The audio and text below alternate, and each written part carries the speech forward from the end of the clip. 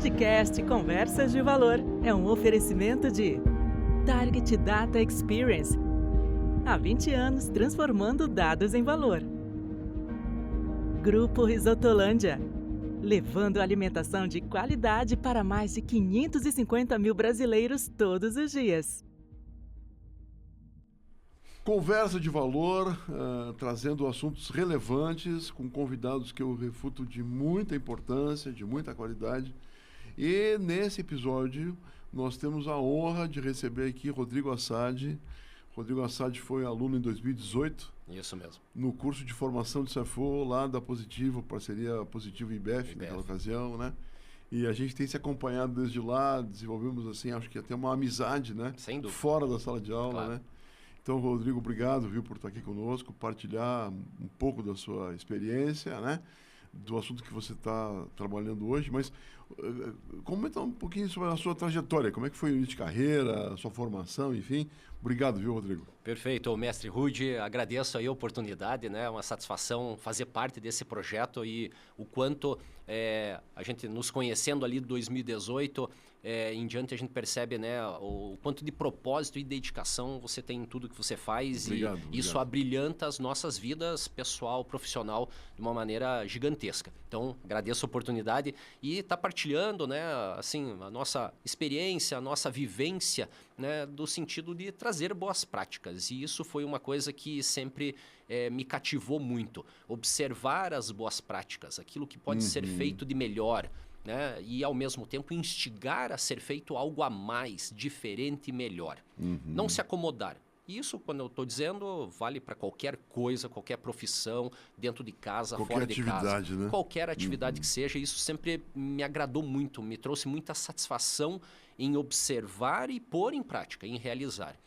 E a parte financeira, né? Ou melhor, a educação financeira, que eu tenho me envolvido aí mais como replicador de informações e práticas desde 2019, mas tem uma história muito tempo atrás, né?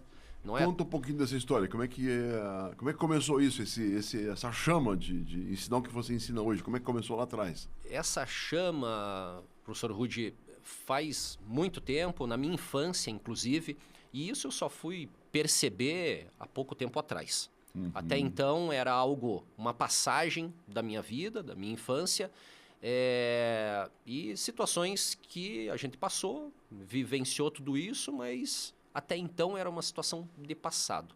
Mas eu nunca tinha feito um link tão forte com a minha rotina atual, ou principalmente com as atividades que eu comecei a desenvolver com educação financeira. Voltando no passado, então estamos falando lá de 1985, meus 10, 11 anos de idade, onde eu precisei assumir as contas de casa.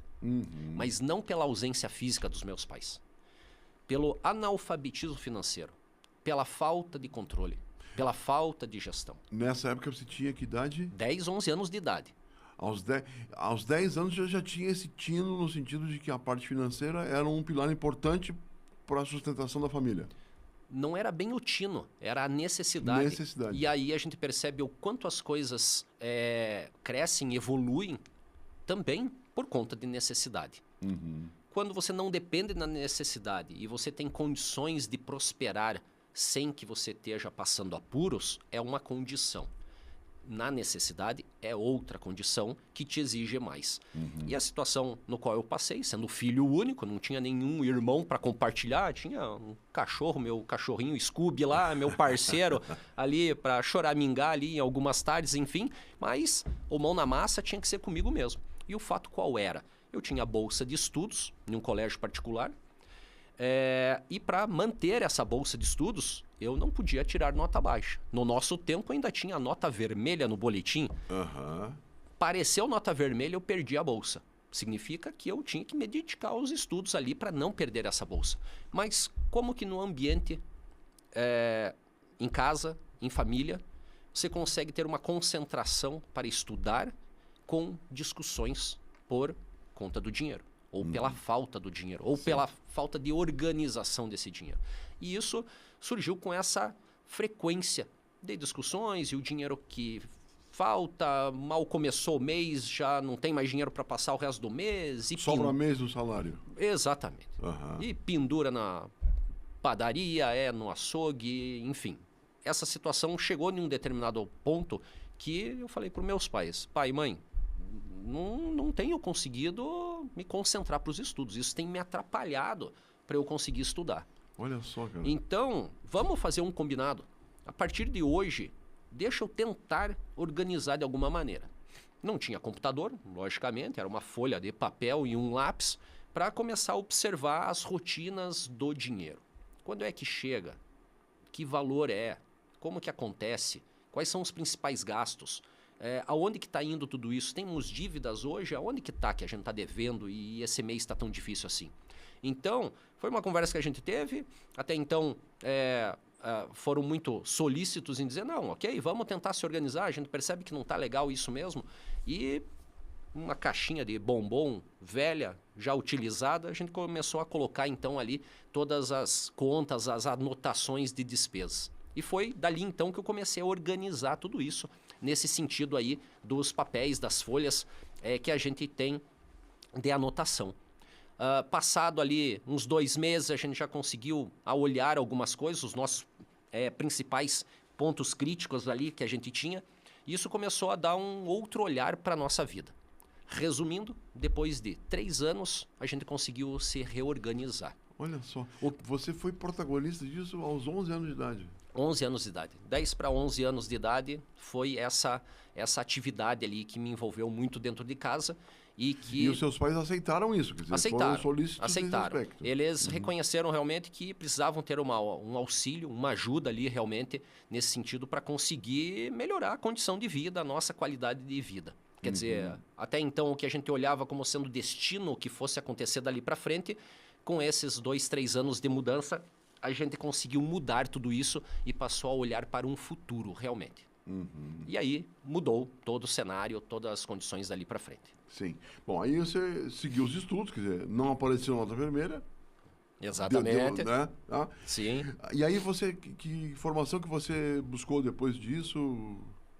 Na sequência, então, consegui terminar, né, o ensino fundamental médio, fiz um vestibular para engenharia civil, na ocasião até por falta de recurso, até para pagar uma taxa de inscrição de vestibular, então o que eu dependia era da federal, então fui para a federal, me inscrevi na federal, passei na federal. Era essa ou essa? Era essa ou não tinha outra alternativa.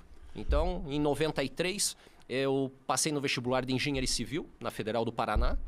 Já no primeiro ano de faculdade, eu iniciei um estágio em uma construtora pesada, obras de estradas, hidrelétricas e tudo mais, que estou nela até hoje. Né? Já fazem os seus 30 anos aí de casa nessa empresa, é o que faz parte da minha rotina diurna, digamos assim.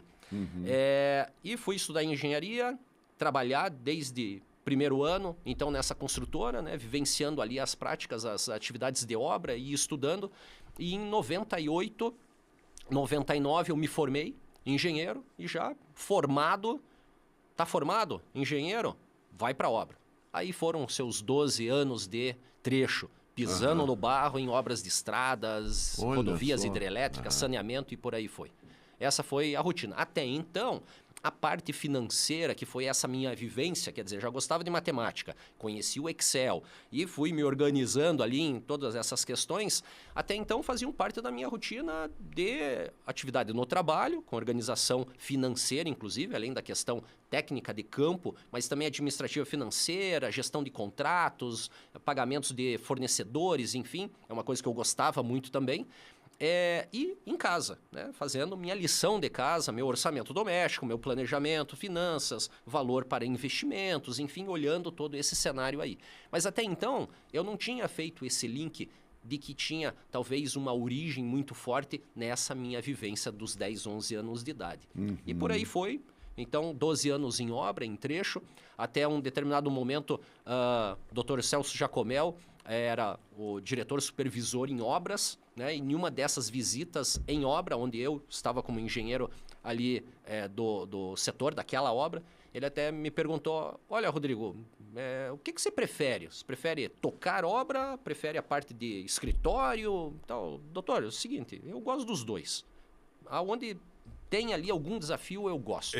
É aqui, né, que eu tô, sim. Então, e minha rotina em obras, como eu tinha essa base e esse gosto pela matemática, pela organização, parte documental, processo, boas práticas, meus primeiros 4 anos de estágio na empresa foi dentro do departamento de concorrência, orçando obras, né, fazendo a composição de preços ali.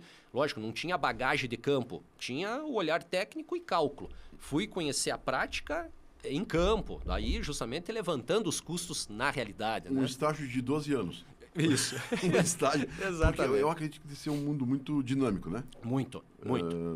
Alguma coisa replica, evidentemente, mas é caso a caso, é solo a solo, muito difícil isso, né? É muito diferente, muito novo, todo dia segunda-feira e situações novas. Todo dia segunda-feira, exatamente. Bom, e aí, nesse papo, você optou então de ir para uma atividade mais de escritório, sair da estrada ou continuou na estrada? Depois dessa conversa ainda, continuei alguns anos em obra ainda. Uhum.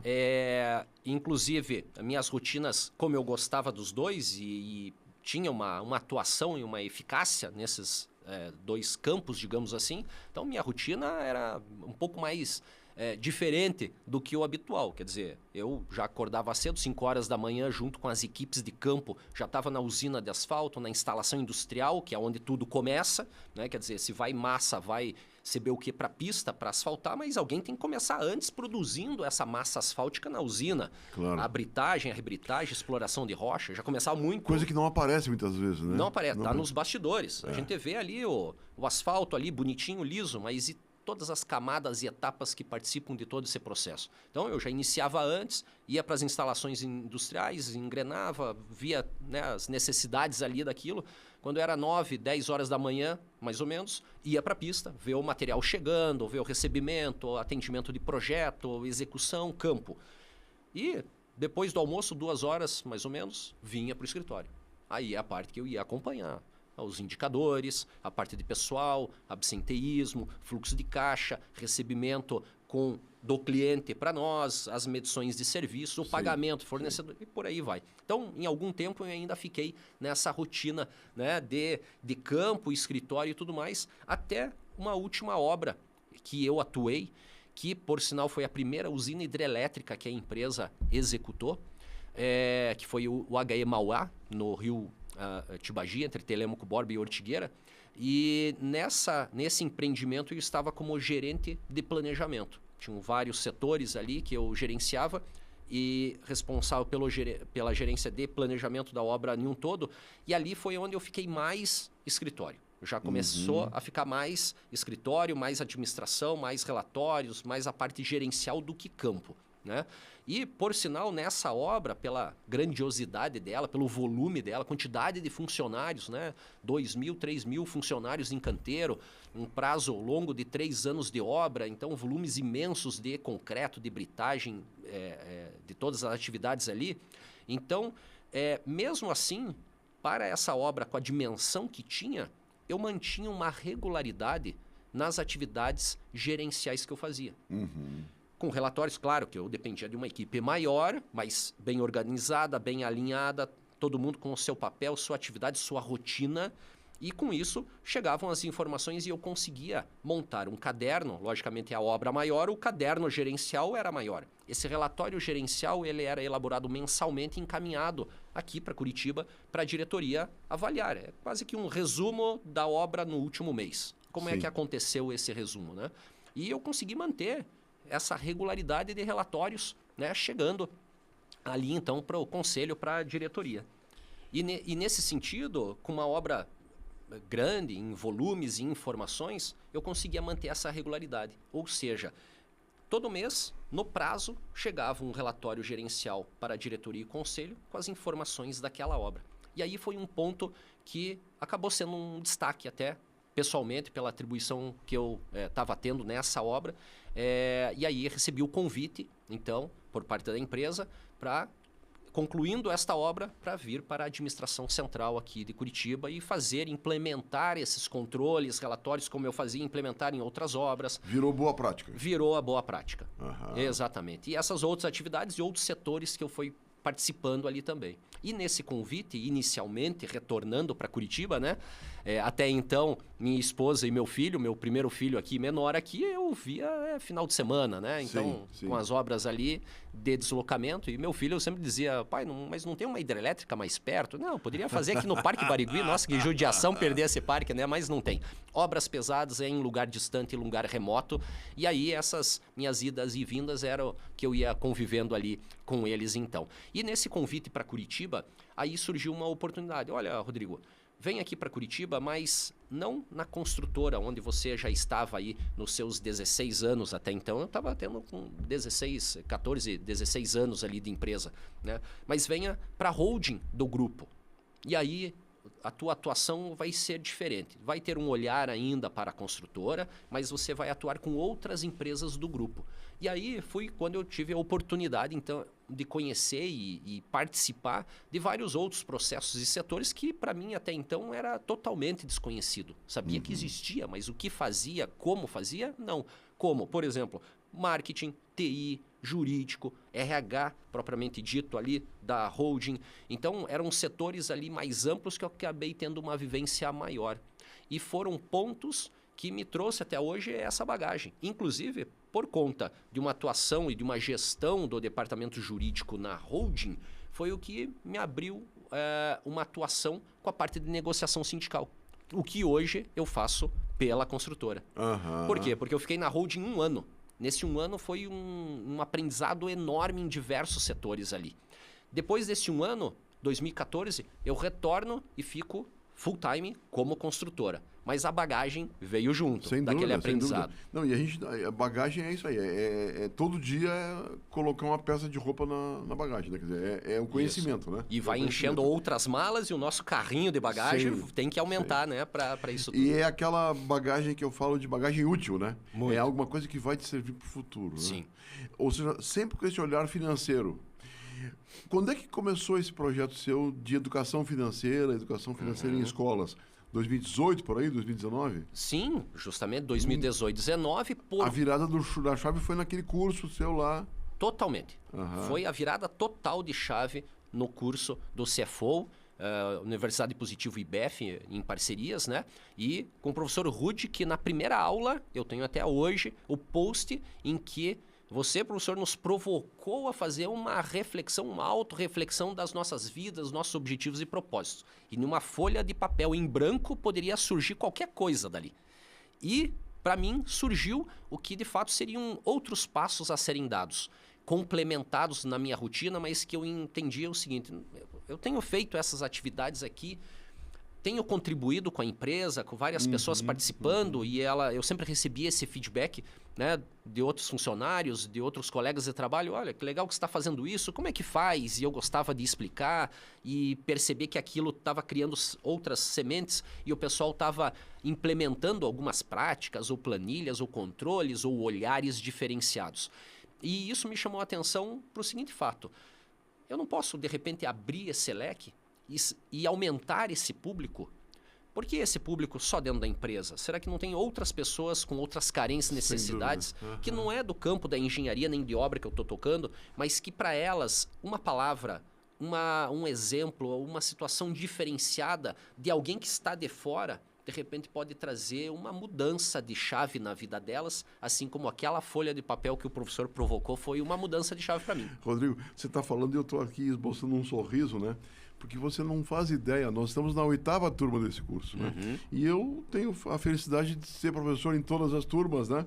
E a dinâmica é a mesma, porque aquela dinâmica ela é infantiloide, mas ela provoca uma série de reflexões e a gente acaba se conhecendo e conhecendo outras pessoas a partir da história, né? Sim. Então é infantiloide, mas tem uma função muito interessante.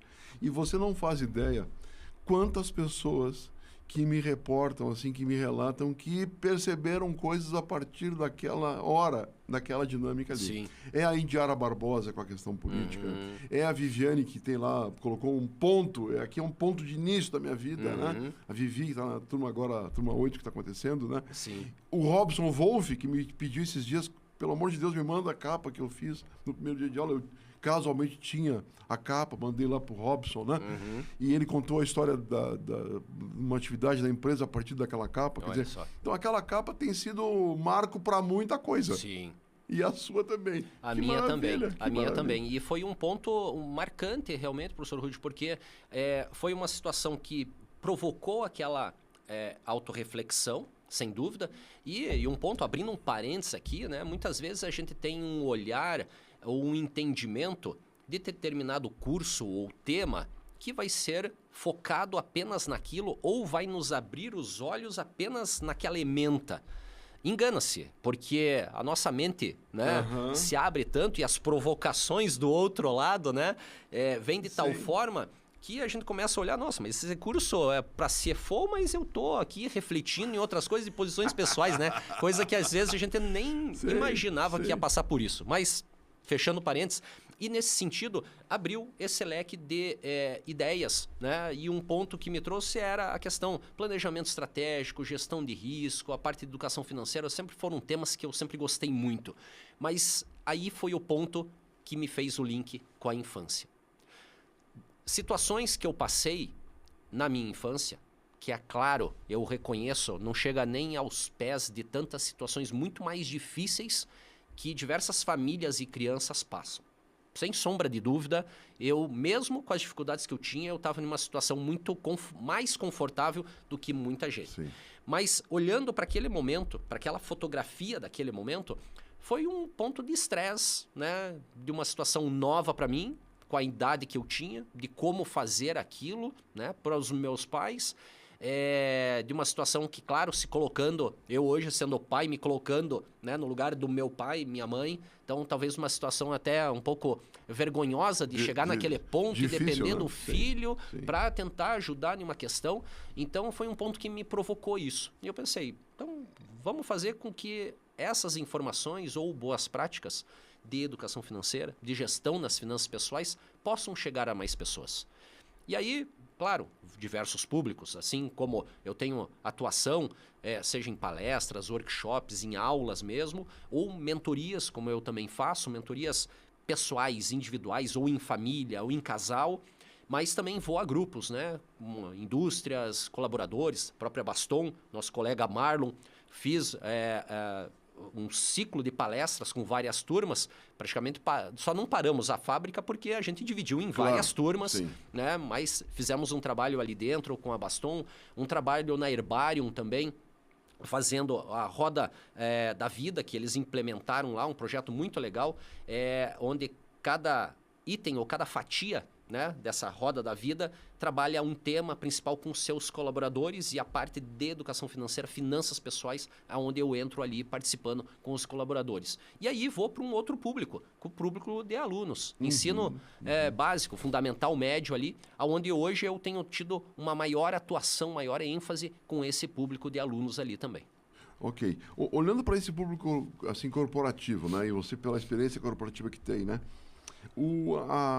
qual é o impacto que a preocupação financeira traz para o colaborador, para o funcionário, para aquele grupo de pessoas, que desdobramento que isso que tem isso, quer dizer, se percebe, por exemplo, um abalo em questão de segurança, comportamento inadequado, tem algum indicador que mostre isso, Rodrigo? Isso aparece sim, professor Rodrigo, aparece e de dois pontos ou dois momentos. Num primeiro, numa provocação ao tema. Então, normalmente nas atividades que eu faço, eu já tenho um formulário ali online, uma pesquisa de maturidade financeira que eu solto ali para fazer um warm-up, fazer um esquenta ali com esse tema. E aí é um primeiro ponto. De situações, isso independente do público, de algumas condições ou considerações que essas pessoas ou famílias têm feito e que muitas vezes não chama a atenção delas ou não querem que chame a atenção. É uma situação difícil, tem alguma dificuldade financeira, tem alguma questão comportamental, consumo ali, que atrapalha, mas não querem olhar para isso. E querem continuar do jeito que está e vamos tentar de alguma forma melhorar, mas sem muito esforço. Então, o primeiro impacto é esse impacto de, reconhecer que alguma coisa está fora do lugar ali. E um outro ponto, que daí seria um impacto realmente positivo, é para algumas pessoas, e não são todas, que realmente desperta ou provoca a mudança. Eu preciso mudar alguma coisa realmente, né? Além disso, tem a questão, muitas vezes, delas entenderem que elas já conhecem, elas sabem fazer sozinha, elas conhecem o problema delas, não precisa ouvir alguém de fora para dizer qual é o problema delas, e elas sabem como resolver. Então, isso, para muitas delas, acham que isso é o caminho. É uma negação do problema. Negação do problema. Acaba sendo uma negação do problema porque não toma nenhuma iniciativa diferente para fazer. Poderia ser uma provocação do tema e que isso, por conta própria, ela mudasse de postura, ótimo. Está aí um impacto positivo. Mas ela reafirmar que da forma como está não está bom e vai continuar assim e eu não vou fazer nada diferente para melhorar, aí é tapar o sol com a peneira realmente. Então, a provocação positiva que a gente vê são algumas dessas pessoas, desses grupos, né, nos trabalhos que eu tenho desempenhado, que aí eu percebo o retorno. Olha, eu fui provocado pela sua pesquisa de maturidade financeira.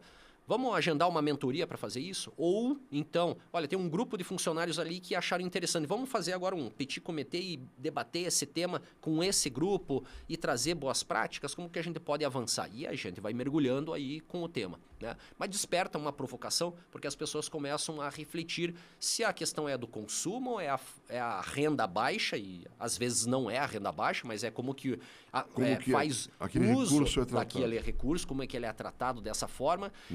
Muitas vezes o olhar é só para o presente, mas não está nem um pouco preocupado com o dia de amanhã. Outro inverso é a preocupação tão grande com o dia de amanhã, com a aposentadoria, com daqui 10 anos, quando meu filho for para a faculdade, enfim, e não aproveita em nenhum momento o presente. E aí, a minha palavra-chave para tudo isso é equilíbrio. Realmente o equilíbrio de tudo. Do que a gente pode fazer. Não adianta eu ficar olhando só para o meu futuro daqui 20 anos e ter o dinheiro guardado para aquele momento, se agora tem certos... Claro, vão ter certas situações que a gente vai ter que abrir mão de muitas coisas, olhando o que tem mais valor, o que é mais importante. Mas isso não significa esquecer de todo o meu presente. Será que o momento do futuro lá, eu vou ter a mesma condição de saúde, mesma vivência, as pessoas da minha família comigo lá na frente desse futuro tão distante? Será que eu não posso dividir um pouco esses momentos e trazer para o presente também? Então, tudo isso para provocá-los a não ter certas frustrações no futuro, do que fez demais no presente ou que deixou de fazer muito nesse presente. Tanto é que a minha provocação é: o futuro que você quer depende do presente que você faz. Olha que bacana, Rodrigo. Bom, e em termos de metodologia, assim, né? Então você já falou que você faz um warm-up para entender o diagnóstico daquele indivíduo, porque é uma turma de 30, mas são 30 situações diferentes que você encontra numa turma, né? Bom, em termos de metodologia que você utiliza para que as pessoas aprendam a como contabilizar receita, despesa, como tratar, como fazer sobrar dinheiro, tem alguma ferramenta que você utiliza, assim, alguma... O que eu utilizo, professor Rudy, foi muito assim dessa minha vivência de infância e depois de situações que eu fui aprimorando, mas trazendo quase que um passo a passo, né? Pensando assim, uma pessoa que quer avaliar a sua situação financeira e realmente provocar uma mudança na vida dela, precisa começar da onde? Né? Quer dizer que eu vou ficar olhando criptomoeda e vou ver investimento e vou ver um canal, né, de investimentos para uma realidade totalmente diferente, se eu não sei nem dentro de casa como que a minha receita e despesa se comportam. Então, eu vim quase que nesse passo a passo. E aí, basicamente, eu trabalho em 4 tópicos principais, né? Claro, com algumas telas, alguns slides em PowerPoint, algumas ferramentas com Excel, algo prático, formulários que às vezes a pessoa não tem computador, então ela pode estar imprimindo uma folha, pode estar fazendo na mão, como eu fazia com meus 10 anos de idade, mas de tal forma que seja uma sequência. Então, o primeiro tópico é o seguinte: despesas e dívidas. A dura realidade financeira que eu tenho hoje, qual é? Eu tenho que reconhecer isso. Essa despesa não me pertence. Não, pertence sim, não queira fugir dela. Essa despesa é tua. Como é que você contraiu essa despesa e essa dívida? Você tem que entender dela. E como que vai ser a consequência disso para o teu futuro? Para o teu futuro de uma semana, de um mês, de um ano e daí para frente. Então, o primeiro tópico é realmente reconhecer a sua situação financeira. Inventariar isso. Inventarie. Reconheça. O que é a receita, o que é a despesa, quais são essas despesas, quais são as principais despesas, por aí vai. Fazer quase que um diagnóstico aí, né, dentro de casa, familiar, para tudo isso. Esse é um primeiro tópico. O segundo, a gente já vai olhar para sonhos, para objetivos. Nossa, mas faz sentido isso? Estamos olhando aqui? Claro que faz. Porque o meu desgaste, o meu estresse, a minha dedicação de tempo para reformular o meu orçamento doméstico, o meu orçamento familiar é para um propósito. Eu quero para quê? Qual é o meu objetivo de vida? É viagem? É um curso fora? É adquirir um outro imóvel? Comprar uma casa na praia? Trocar de carro? Formar meus filhos? Qual é o meu objetivo? Eu tenho que ter clareza disso. Muitas vezes, essa provocação, às vezes, abre um abismo entre aquilo que eu quero para o meu futuro, como eu falei, pode ser um futuro para daqui 1 mês ou para daqui 10 anos, Sim. entre esse meu futuro e essa minha realidade. Mas aí que vem o desafio. É o que a gente tomar de decisões, as nossas escolhas no presente, que vai nos mostrar o caminho desse nosso presente para esse nosso futuro. E esse nosso futuro significa atingir, realizar os nossos sonhos. Sim. Então, a provocação do sonho e aí entra muito nessas provocações, reflexões mesmo. E aí, algo que eu sempre trago, né, nas oficinas, no trabalho que eu faço, é esse link com o comportamento. Porque na minha infância mesmo, com meus 10, 11 anos de idade, quando eu falei aquilo para os meus pais, que deixa eu assumir, mas até então não sabia nem por onde começar, eu achava que era uma situação simples de fazer conta de mais e menos, mais receita, menos despesa, pronto, eu já tenho um saldo resultado, está resolvido. Mas existe um fator comportamental, ou melhor, vários fatores comportamentais que nos tiram de rota. Imediatismo, comparação com o outro, né? A mente de escassez, procrastinação, várias situações que nos tiram da linha. Então, por melhor cara financeiro e tecnicamente conhecendo, conforme for o perfil dele diante de consumo, disciplina, não vai ter êxito nas suas... Ou melhor, pode ter, mas com algumas dificuldades a mais. Então, esse fator comportamental é chave nesse processo. Bom, nós estamos falando de fatores comportamentais e o Rodrigo Assad nos trouxe aqui um tema que eu peço que ele estresse um pouquinho mais, que é mentalidade de escassez. Fala um pouquinho, Rodrigo, sobre isso. Perfeito. A mente de escassez é um ponto-chave, né? Eu costumo dizer que nós temos aí 7 sabotadores de sonhos e a mente de escassez é uma delas. A mente de escassez é aquela situação ou condição em que você precisa de algo, você tem isto, seja uma chuteira, uma bermuda, uma camiseta, a menina com vestido, enfim. Sabe aquela história, professor Rudy, que o menino joga futebol, treina futebol e ele entra no quarto dele, naquele close assim, mas tem todos os tipos de chuteira, para todos os tipos de piso, com todas as cores, com todas as marcas, e ele entra ali e fala: mãe, pai, eu vou ter um campeonato na semana que vem e eu não tenho chuteira nenhuma. Não é que não tem. Para o cérebro dele, aquilo lá não tem, aquilo já usou, né? Não percebe. Ele não percebe mais, ele percebe a falta. Por maior a quantidade, por aquele visual que ele enxergue, para ele não tem. Ele precisa de algo a mais. Ou ele precisa de algo, porque ele não tem tudo aquilo. E isso serve para qualquer situação, para qualquer pessoa, menino, menina, enfim, independente de idade.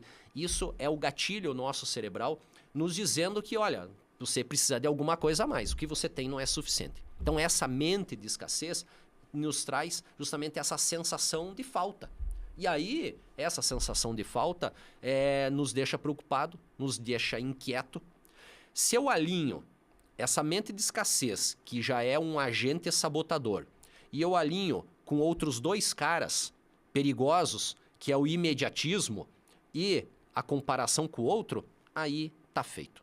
Por quê? Porque uma coisa é eu dizer o seguinte: eu tenho 14 chuteiras, mas não tenho nenhuma, eu preciso de uma a mais. É uma situação. E o fulano tem. Mas o fulano tem, e eu quero ter agora. Ou seja, eu tenho bastante chuteira, mas eu quero uma diferente. Ok, pode ser agora? Não dá. Tem que esperar o Dia das Crianças, o Natal, ou quando chegar o meu 13º, é lá pra frente, não é agora. O outro tem? Que legal.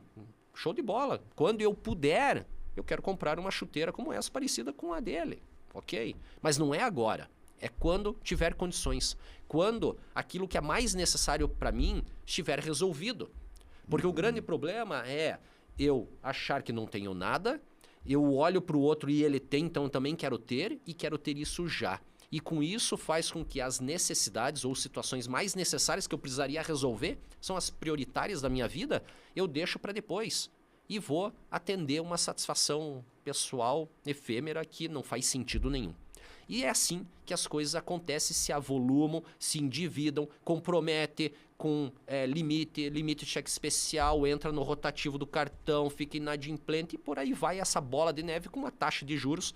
O senhor sabe que não é nada barata, nada baixa aí. Exatamente. Ou seja, então essa questão aí do comportamental, dá para dizer que assim que é 99% do problema? Eu acredito que sim, professor. Ou seja, não é a falta do recurso, não é a falta da receita, é como tratar a despesa. Exatamente. O gasto. Como tratar o gasto. Eu posso ter o recurso, independente se é pouco ou é muito. Não estamos falando da quantidade de zeros antes da vírgula. Pode ser com menos zeros ou mais zeros antes da vírgula. Mas o fato de que ter um recurso e eu não saber administrar esse recurso é uma condição. Mas conforme é o meu perfil comportamental diante disso, vai fazer a diferença. De uma maneira geral, lógico. Tem pessoas que têm um salário menor, e às vezes muito menor do que outras, e elas, em termos de eficácia do seu rendimento, é muito maior, a sua qualidade de vida, o seu comprometimento da sua parte financeira é muito menor perante outros que têm um salário muito maior. Então, a questão não é a quantidade de zeros ou o nível de consumo. É como que eu faço a gestão do meu comportamento, das minhas decisões, das minhas escolhas, entrando disciplina, entrando objetivo do que eu quero, para que isso se organize. E isso vai fazer a diferença na vida das pessoas, sem sombra de dúvida. Que bacana. Rodrigo, olha, assim, é muito interessante essas reflexões que você traz, mas eu queria te pedir, assim, para deixar uma mensagem final, ou seja, para aquela pessoa que está endividada, para aquela pessoa que está, que só vê mês no final sobrou mês no salário, né? Que está com o banco ligando, que o cara compra 5 chips para mudar o número constantemente de telefone, e tem muitas pessoas assim, né? Qual é o ponto, assim, o primeiro passo, né, para sair desse buraco? Que você pudesse dizer para a gente aqui. Perfeito. O primeiro passo realmente é reconhecer a situação em que você está. Não tá, pessoal, com a peneira. Entenda os números. Traga a família para dentro desse assunto. Coragem, sem sombra de dúvida, trazendo a família junto. Não queira achar que é o super-homem, eu vou resolver sozinho. Tem alguma família, tem algumas pessoas ali em casa que pode trazer junto. Traga esse compromisso com todas elas. Como eu fiz com meus pais, ok, deixa eu tentar organizar. Mas não era eu sozinho para aquilo tudo. Eu podia ter alguma didática, algum mecanismo para isso, mas eu dependia deles estarem juntos comigo nesse objetivo. Então, traga a família com você. Mostre a situação. Definam situações que precisem melhorar para todos. Qual é o compromisso? Aonde que estão os nossos gastos? O que está rendendo? Tem algum rendimento que a gente possa trazer a mais? Alguma renda extra? É possível? Às vezes não é. Já tem uma jornada tão intensa de trabalho, compromete o dia, compromete a noite para um salário relativamente baixo. São duras realidades brasileiras que nós temos. Sim. Agora, o que eu posso fazer do outro lado da moeda? Tem algumas questões de gastos ali que eu consigo equilibrar melhor. Como que a gente vai fazer tudo isso? Então, eu acho que o primeiro passo realmente é reconhecer a sua realidade financeira hoje. Reconhece ela, identifica. E aí, procura definir alguns objetivos de organização ou reorganização de tudo isso.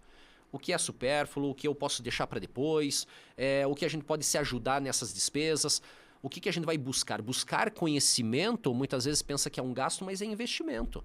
É investimento, é uma forma, às vezes, árdua, financeiramente difícil, mas olhando para frente o que aquilo pode nos ajudar, pode nos contribuir.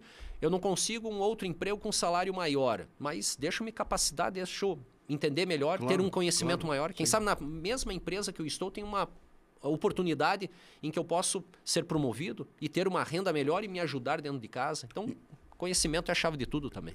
estudar mais, entregar mais, se voluntariar mais em projetos na empresa, porque muitas empresas têm oportunidades de crescimento assim, quer dizer, aonde no primeiro momento a gente não ganha no futuro. Exatamente. Ganha conhecimento, ganha experiência, ganha visibilidade, né? Sim, é por aí, sem dúvida. E esse passo, claro, começando por isso, e tem outros passos a seguir, mas esse olhar para dentro de casa, para as despesas e organizando as ações, quer dizer, eu planejo, vamos planejar o que fazer, vamos, mas vamos pôr em prática, tem que executar, né? Eu não mato a fome olhando só para o cardápio, eu tenho que garfiar. Então, vamos planejar e vamos executar. Eu não mato a fome só olhar para o cardápio. Pô, essa pérola é fantástica. Rodrigo, olha, eu quero te agradecer muito por você estar aqui conosco, né? Você tem um trabalho tanto em sala de aula como na parte de consultoria. Nós vamos deixar aqui, vai aparecer lá no crédito do vídeo os seus contatos, enfim, né? Perfeito, obrigado. E eu quero, assim, referendar o seu trabalho, porque acredito, conheço você da sala de aula. E eu tenho uma máxima comigo, Rodrigo. O bom aluno é o bom profissional, né? Então, eu tenho certeza que você faz esse trabalho com muito esmero, com muita qualidade, com muito carinho, né? E que tem ajudado muitas pessoas, muitas famílias a colocar o nariz fora d'água, né? Perfeito. Que é o primeiro passo. Isso né? mesmo. É o primeiro passo. Para a gente poder ter oxigênio e andar para frente e sair. Porque também não adianta sufocar... vai embora tudo, né? Então, Rodrigo, eu te agradeço, viu, pela generosidade. Eu que agradeço. Aqui. Agradeço, assim, a amizade, agradeço o crédito que você coloca daquela atividade que a gente fez no início. Eu nem imaginava que aquela atividade tinha te provocado o que você partilhou aqui conosco. Inspiradora. Né? Que bacana, que bacana. Desejo sucesso, viu, a você. A nós. E olha, muito obrigado, viu? Eu que agradeço, professor. Pela amizade, sucesso, viu? Muito satisfação para nós. Imagina. Obrigado. Um grande abraço, viu? Obrigado pela oportunidade. Imagina. Um abraço a todos aí. Um abraço. O programa que você assistiu teve o apoio institucional da Target Data Experience e do Grupo Risotolândia.